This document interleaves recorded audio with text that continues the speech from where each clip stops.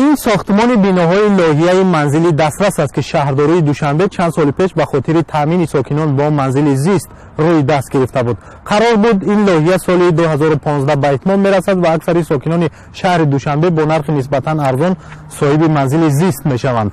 اما امروز آژانسی مبارزه با فساد تاجیکستان اعلان کرد که نسبت این طرح شکایت دسترس کردند و همزمان فعالیت شهرداری سابق شهر دوشنبه را در رابطه با طرح منزل دسترس و تصرف بودجه حکومت شهر دوشنبه تفتیش میکنند.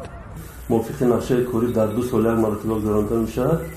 تفتیش نوبتی اون ماه مای سال 2018 میشود.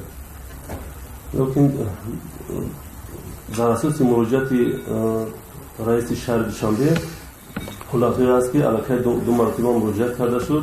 ما تفتیش تعیین کردیم وابسته به مراجعت شهروندان اویدی تصرف مبلغات بودجتی و اویدی سهمگذاری در منزل دسترس علاقه ما تفتیش تعیین کردیم رفته سند.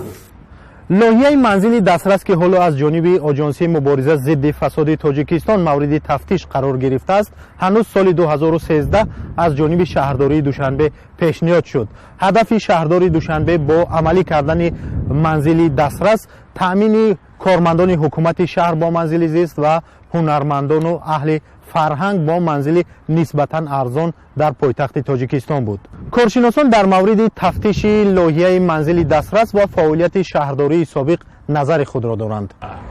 اگر هدف من بعد ضعیفتر کردن زمینه‌های اجتماعی رئیس سابق شهر دوشنبه و احتمالیت آغاز پرونده جنایتی باشد، این از نتیجه سنجش معین می شود.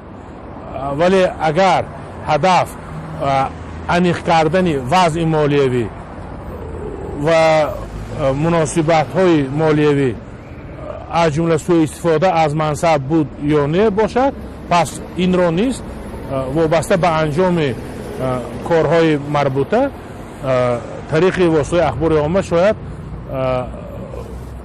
اگه آژانسی مبارزه با فساد اعلان کند. مقامات شهرداری سابق از جمله محمد سعید عبیدالله تا هنوز با ایده‌های آژانسی مبارزه ضد فساد که تا کجا تصرف مبلغ‌ها در این طرح و بودجه حکومت شهر جای دارد واکنش نشان ندادند.